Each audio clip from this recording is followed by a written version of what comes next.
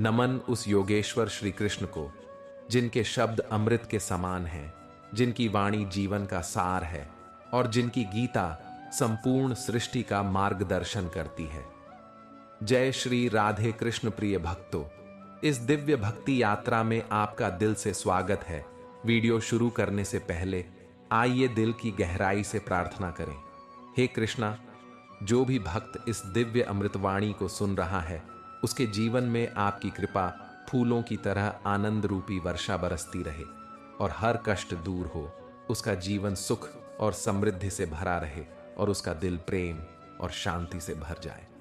आप सभी प्यारे भक्तों से एक विनम्र निवेदन है कि कृपया इस दिव्य अनुभव को और अधिक पावन बनाने के लिए नीचे दिए गए कमेंट बॉक्स में जय श्री राधे कृष्ण अवश्य लिखें। और यदि आप हमारे चैनल मोटिवेशनल विद MS पर नए हैं तो अब भी सब्सक्राइब करें और घंटी का बटन दबाएं ताकि श्री कृष्ण की दिव्या लीलाओं का अमृत निरंतर प्राप्त कर सके। भगवान श्री कृष्ण कहते हैं कि जीवन एक रहस्यमयी यात्रा है। यहां सबसे बड़ी शक्ति धन नहीं बल्कि गुप्तता है। सबसे बड़ा अस्त्र तलवार नहीं बल्कि मौन है। श्री कृष्ण हमें सिखाते हैं कि जीवन के कुछ रहस्य होते हैं जिन्हें यदि हम प्रकट कर दें तो वे हमारे लिए बाधा बन सकते हैं। इसलिए चाहे कोई कितना भी सगा क्यों ना हो, ये बातें कभी मत बताना। श्री कृष्ण कहते हैं, जो व्यक्ति स्वयं को दुर्बल मान लेता है, संसार भी उसे दुर्बल मान लेता है। यह वचन हमें यह सिखाता है कि हमारी शक्ति, सफलता और सम्मान का आधार हमारा आत्मविश्वास है। यदि हम स्वयं को कमजोर मानेंगे तो संसार भी हमें कमजोर समझेगा और हमारे साथ वैसा ही व्यवहार करेगा। लेकिन यदि हम अपने भीतर अपार शक्ति का अनुभव करेंगे तो समस्त विश्व हमें उसी दृष्टि से देखेगा। मनुष्य के जीवन में सबसे बड़ी बाधा उसकी अपनी सोच होती है। यदि कोई व्यक्ति स्वयं को अयोग्य, असफल या दुर्बल मानता है तो वह कभी आगे नहीं बढ़ सकता। जब मन ही पराजित हो जाता है तो बाहरी परिस्थितियां भी प्रतिकूल हो जाती हैं। श्री कृष्ण हमें यही सिखाते हैं कि मन के हारे हार है, मन के जीते जीत। महाभारत में जब अर्जुन ने युद्ध से पहले स्वयं को दुर्बल अनुभव किया और अपने कर्तव्य से विमुख होने लगे, तब श्री कृष्ण ने उन्हें गीता का उपदेश दिया। उन्होंने अर्जुन से कहा, तुम्हें शोक करने की आवश्यकता नहीं है। कृष्ण ने उन्हें उनकी वास्तविक शक्ति का बोध कराया और यह समझाया कि वे केवल शरीर नहीं बल्कि अमर आत्मा है। यदि अर्जुन ने स्वयं को दुर्बल मान लिया होता तो वह महान योद्धा कभी नहीं बन पाते। जब कोई व्यक्ति अपने बारे में नकारात्मक सोच रखता है तो उसका प्रभाव उसके चारों ओर पड़ता है। लोग उसे उसी दृष्टि से देखने लगते हैं जिस दृष्टि से वह स्वयं को देखता है। यदि आप स्वयं को सक्षम, आत्मनिर्भर और शक्तिशाली मानते हैं तो दुनिया भी आपको वैसा ही मानेगी। श्री कृष्ण हमें यह भी सिखाते हैं कि यदि जीवन में कठिनाइयां आए तो उन्हें अपनी दुर्बलता का कारण न बनाएं, बल्कि उन्हें अपनी शक्ति में परिवर्तित करें। यदि आप जीवन में आत्मबल के साथ आगे बढ़ते हैं तो विजय आपकी होगी। स्वयं में आत्मविश्वास रखें। आप में अपार शक्ति है, इसे स्वीकार करें। नकारात्मक विचारों से बचें। अपनी सोच को सकारात्मक और प्रेरणादायक बनाएं। बिना भय के अपने कर्तव्य का पालन करें। भगवान पर विश्वास रखें। जब मन डगमगाने लगे तो श्री कृष्ण के उपदेशों का स्मरण करें। श्री कृष्ण का यह दिव्य संदेश हमें सिखाता है कि जो स्वयं को शक्तिशाली मानता है, संसार भी उसे शक्तिशाली मानता है। इसलिए कभी भी स्वयं को दुर्बल मत समझो, क्योंकि तुम स्वयं श्री कृष्ण की शक्ति के अंश हो। महाभारत में श्री कृष्ण ने पांडवों को यह महत्वपूर्ण शिक्षा दी कि विजय उसी की होती है जो अपनी रणनीति छिपाकर रखता है। यह सत्य केवल युद्ध तक सीमित नहीं बल्कि जीवन के प्रत्येक क्षेत्र में लागू होता है। यदि आपकी योजना सफलता की ओर अग्रसर है तो उसे तब तक किसी को न बताएं जब तक वह पूर्ण न हो जाए। जितनी अधिक गोपनीयता उतनी अधिक सफलता। जब आपकी योजना दूसरों को झांत हो जाती है तो कई लोग इसे विफल करने का प्रयास कर सकते हैं। ईर्ष्या और प्रतिस्पर्धा के कारण लोग आपकी सफलता में रुकावट डाल सकते हैं। यदि आप अपनी योजनाओं के विषय में बार बार चर्चा करते हैं तो उसकी ऊर्जा और उत्साह कम होने लगता है। मौन रहकर कार्य करने से मन पूरी तरह लक्ष्य पर केंद्रित रहता है।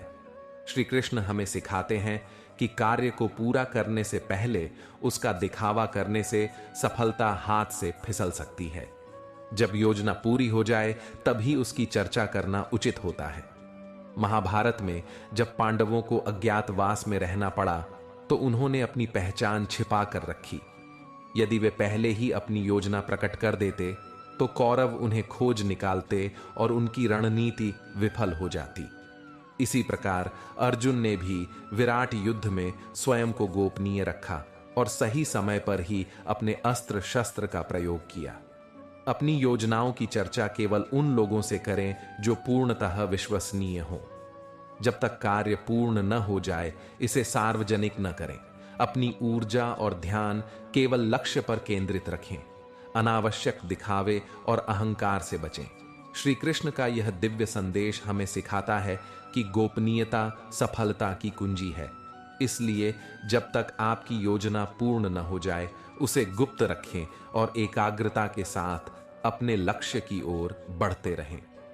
श्री कृष्ण कहते हैं, जो आत्मज्ञान का वास्तविक अधिकारी है वही इसकी गहराई को समझ सकता है। आत्मज्ञान कोई साधारण विषय नहीं है जिसे हर किसी के साथ साझा किया जा सके। यह एक दिव्य अनुभूति है जिसे केवल वे ही समझ सकते हैं जो इसके लिए पात्र हैं। यदि आपने आध्यात्मिक अनुभव प्राप्त किया है तो उसे सबके सामने व्यक्त न करें, बल्कि केवल योग्य शिष्यों और सच्चे साधकों के साथ ही साझा करें। आत्मज्ञान कोई बाहरी ज्ञान नहीं बल्कि एक आंतरिक अनुभूति है। यह केवल अनुभव से समझा जा सकता है, न कि मात्र शब्दों से। श्री कृष्ण गीता में कहते हैं, जो श्रद्धावान होता है वही सच्चा ज्ञान प्राप्त कर सकता है। हर व्यक्ति इस गूढ़ सत्य को समझने के लिए तैयार नहीं होता। यदि किसी अयोग्य व्यक्ति के साथ यह दिव्य ज्ञान साझा किया जाए तो वह इसे या तो गलत समझ सकता है या इसका उपहास कर सकता है।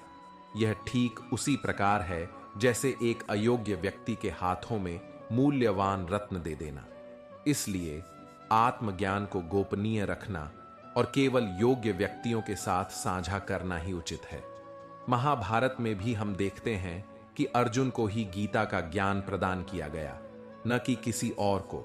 ऐसा इसलिए क्योंकि केवल अर्जुन ही इसके लिए पात्र थे। यदि यह ज्ञान दुर्योधन को दिया जाता तो वह इसे अपने स्वार्थ के लिए उपयोग करता। एक और उदाहरण देखें। भीष्म पितामह ने संपूर्ण जीवन ब्रह्मचर्य और धर्म का पालन किया, लेकिन उन्होंने अपने गूढ़ ज्ञान को केवल उन्हीं को प्रदान किया जो इसके अधिकारी थे। उन्होंने स्वयं मौन को अपनाया और केवल उपयुक्त समय पर ही अपने अनुभव साझा किए। यदि कोई व्यक्ति आध्यात्मिक अनुभवों को उन लोगों के साथ साझा करता है जो इसे समझने के लिए तैयार नहीं हैं, तो वे उसका उपहास कर सकते हैं। इससे न केवल आध्यात्मिक शक्ति कमजोर होती है, बल्कि अनावश्यक विवाद भी उत्पन्न हो सकता है। यदि व्यक्ति अपने आध्यात्मिक अनुभवों को अधिक लोगों के साथ साझा करने लगता है तो उसके भीतर अहंकार आ सकता है। वह स्वयं को दूसरों से श्रेष्ठ समझने लगेगा और यही अहंकार उसकी आध्यात्मिक प्रगति में बाधा बन सकता है।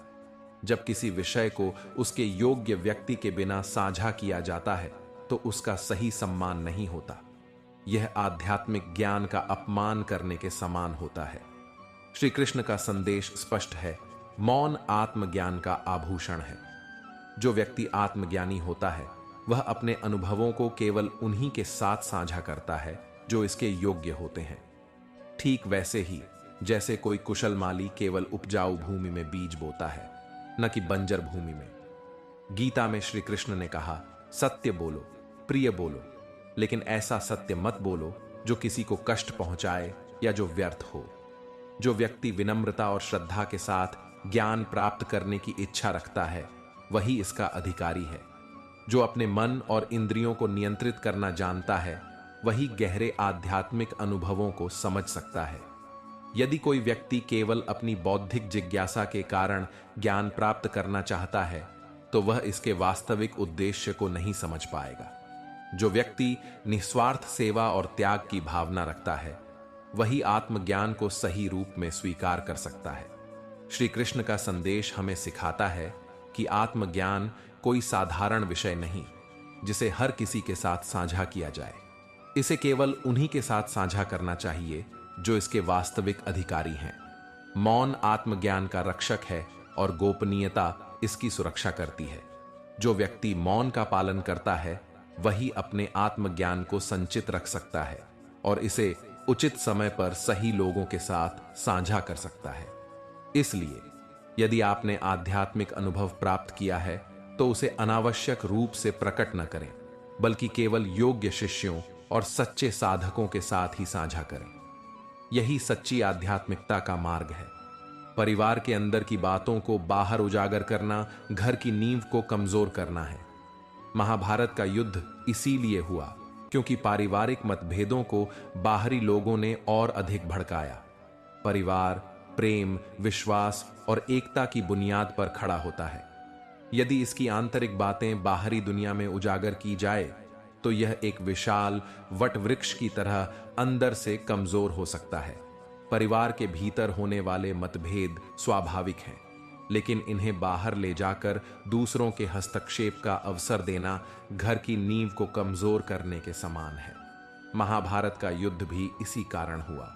कौरवों और पांडवों के बीच का विवाद परिवार के भीतर ही सुलझ सकता था, परंतु बाहरी लोगों के हस्तक्षेप ने इसे एक विनाशकारी युद्ध में परिवर्तित कर दिया। शकुनि ने दुर्योधन के क्रोध को और अधिक भड़काया, जिससे संपूर्ण कुल का विनाश हो गया। यदि परिवार के भीतर परस्पर संवाद और विश्वास होता, तो यह स्थिति कभी उत्पन्न न होती। श्री कृष्ण ने भी समझाया कि परिवार की प्रतिष्ठा उसकी आंतरिक एकता पर निर्भर करती है। जब परिजन अपने मतभेदों को प्रेम और समझदारी से हल करते हैं, तब घर आनंदमय रहता है। लेकिन जब छोटी छोटी बातों को बाहरी लोगों के सामने उजागर किया जाता है, तो वे इसे अपने स्वार्थ के लिए उपयोग कर सकते हैं। इसलिए परिवार की मर्यादा और गोपनीयता बनाए रखना अत्यंत आवश्यक है। समस्याओं का समाधान घर की चार दीवारों के भीतर ही करना चाहिए, ताकि परिवार एक सशक्त आधार पर खड़ा रह सके। जब घर में प्रेम, संयम और समझदारी होती है, तभी वह सही मायनों में एक स्वर्ग बनता है। धन चंचल है, यह न मित्र का होता है न शत्रु का। श्री कृष्ण हमें सिखाते हैं कि धन की रक्षा वही कर सकता है जो इसके बारे में मौन रहना जानता हो। धन संसार में प्रत्येक व्यक्ति के जीवन का एक महत्वपूर्ण पहलू है, परंतु इसका स्वभाव चंचल है। यह न किसी का सच्चा मित्र होता है और न ही स्थायी शत्रु। यह केवल उस व्यक्ति के पास टिकता है जो इसे संभालना जानता हो। धन का आकर्षण मनुष्य को अपनी ओर खींचता है, लेकिन जो व्यक्ति इसके विषय में मौन रहना जानता है, वही इसकी सच्ची रक्षा कर सकता है।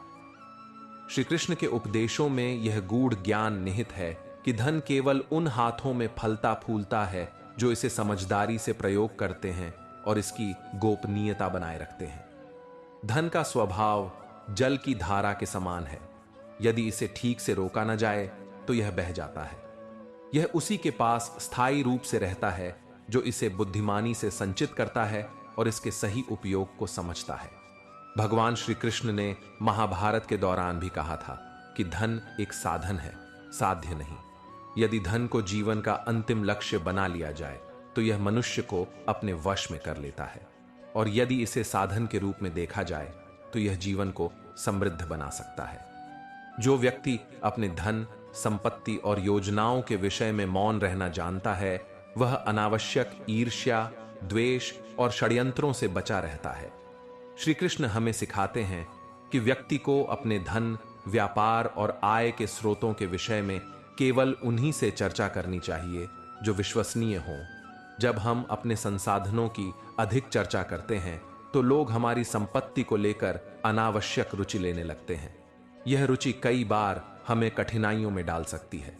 गीता में श्री कृष्ण ने कहा है, बुद्धिमानी से किया गया कर्म ही सच्चा योग है।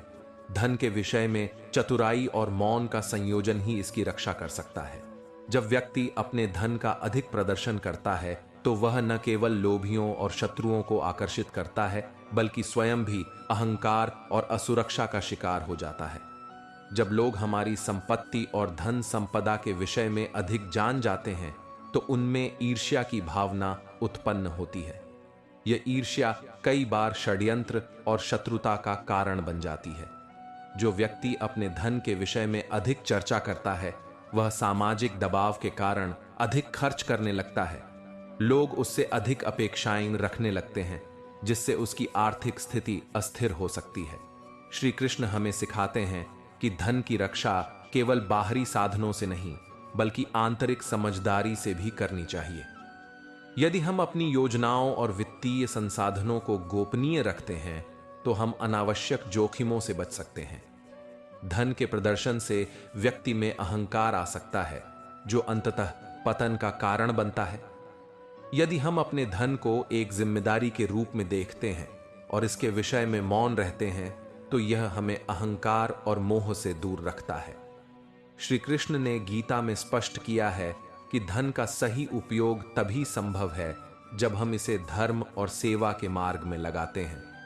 यदि धन केवल भोग और विलासिता के लिए उपयोग किया जाए तो यह नष्ट हो जाता है, परंतु यदि इसे समाज और परोपकार के लिए लगाया जाए तो यह स्थायी लाभ देता है। उन्होंने कहा, यदि हम अपना अहंकार त्याग कर ईश्वर की शरण में आते हैं तो हमें सही मार्गदर्शन मिलता है। धन का सही उपयोग 3 प्रमुख तत्वों में निहित है। धन का उपयोग शिक्षा, ज्ञान और आत्मविकास में किया जाए। समाज के कल्याण और जरूरतमंदों की सहायता के लिए इसे समर्पित करें। न अत्यधिक संग्रह करें, न ही इसे व्यर्थ गंवाएं। धन की सुरक्षा और स्थिरता केवल भौतिक साधनों से नहीं बल्कि आंतरिक विवेक और मौन से भी संभव है। जो व्यक्ति अपने धन के विषय में अधिक बोलता है वह अनावश्यक समस्याओं को आमंत्रित करता है। श्री कृष्ण हमें सिखाते हैं कि मौन और गोपनीयता केवल धन की रक्षा ही नहीं करते बल्कि हमारे संपूर्ण जीवन को भी स्थिर और शांत रखते हैं। इसलिए यदि आप अपने भाग्य के निर्माता बनना चाहते हैं तो श्री कृष्ण के उपदेशों का अनुसरण करें। धन के प्रति लोभ से बचें, इसका सदुपयोग करें और इसके विषय में मौन रहना सीखें। यही सच्ची समृद्धि और सफलता का मार्ग है। मौन केवल शब्दों का अभाव नहीं बल्कि आत्म संयम की पराकाष्ठा है। यह आत्मज्ञान का द्वार और धैर्य की परिभाषा है। जो व्यक्ति मौन रहना जानता है वह केवल शांति नहीं पाता बल्कि अपने विचारों को तीव्रता से समझने की शक्ति अर्जित करता है। ऐसा व्यक्ति संसार के कोलाहल से परे अपनी आत्मा की गहराइयों में उतरकर वास्तविक सत्य को पहचान सकता है। जब हम बोलते हैं तो केवल वही दोहराते हैं जो हम पहले से जानते हैं, परंतु जब हम मौन धारण करते हैं तो नए विचारों और ज्ञान के द्वार खुलते हैं। गोपनीयता भी मौन का ही एक रूप है। यह हमारी अंतरतम शक्ति को सुरक्षित रखने का माध्यम है। जो व्यक्ति अपने विचारों, योजनाओं और लक्ष्यों को गोपनीय रखता है वह अपने भविष्य को स्वयं गढ़ता है। जब बीज मिट्टी के भीतर सुरक्षित रहता है तभी वह एक दिन वट वृक्ष बनता है। ठीक वैसे ही हमारी योजनाएं भी तभी सशक्त होती हैं जब हम उन्हें प्रकट करने से पहले परिपक्व होने का समय देते हैं। भगवान श्री कृष्ण ने भी गीता में कहा है कि ज्ञानी व्यक्ति मौन और आत्म संयम से अपनी आत्मशक्ति को विकसित करता है। अर्जुन को दिए गए उनके उपदेश भी इसी सत्य को प्रकट करते हैं। जो अपने मन और शब्दों पर नियंत्रण रखता है वही संसार पर विजय प्राप्त करता है। इसलिए यदि जीवन में सफलता और शांति की चाह हो तो मौन को आभूषण बना लें और गोपनीयता को ढाल। यह दोनों गुण मिलकर आपके भाग्य को न केवल सुरक्षित रखते हैं बल्कि उसे साकार भी करते हैं। जो मौन रहना जानता है वह संसार को जीतना जानता है। जो अपनी गोपनीयता रखता है वह अपने भाग्य का निर्माता बनता है। तो दोस्तों, मैं दिल से आशा करता हूं कि यह वीडियो आपको अच्छा लगा होगा। यदि पसंद आया हो तो अपने दोस्तों और परिवार में शेयर और सब्सक्राइब करना ना भूलें। जय श्री राधे कृष्णा।